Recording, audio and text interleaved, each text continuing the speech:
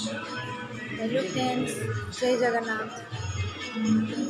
सबको हैप्पी जन्माष्टमी। ऐसे ऐसे बैठा है। देखो मेरे कृष्ण ऐसा कान को झुला रहा है।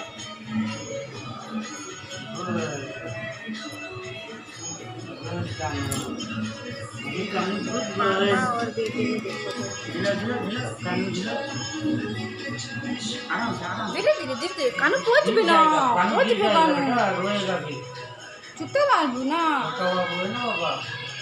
खींचना नहीं, ऐसे खींचना है पापा के लिए। हाँ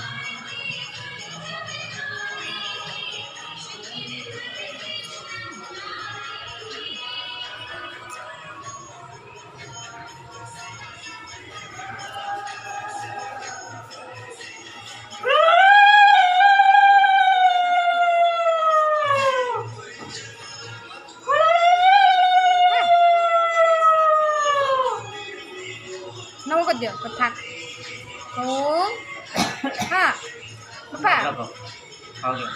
बोलो हाथ जोड़ के बोलो ओम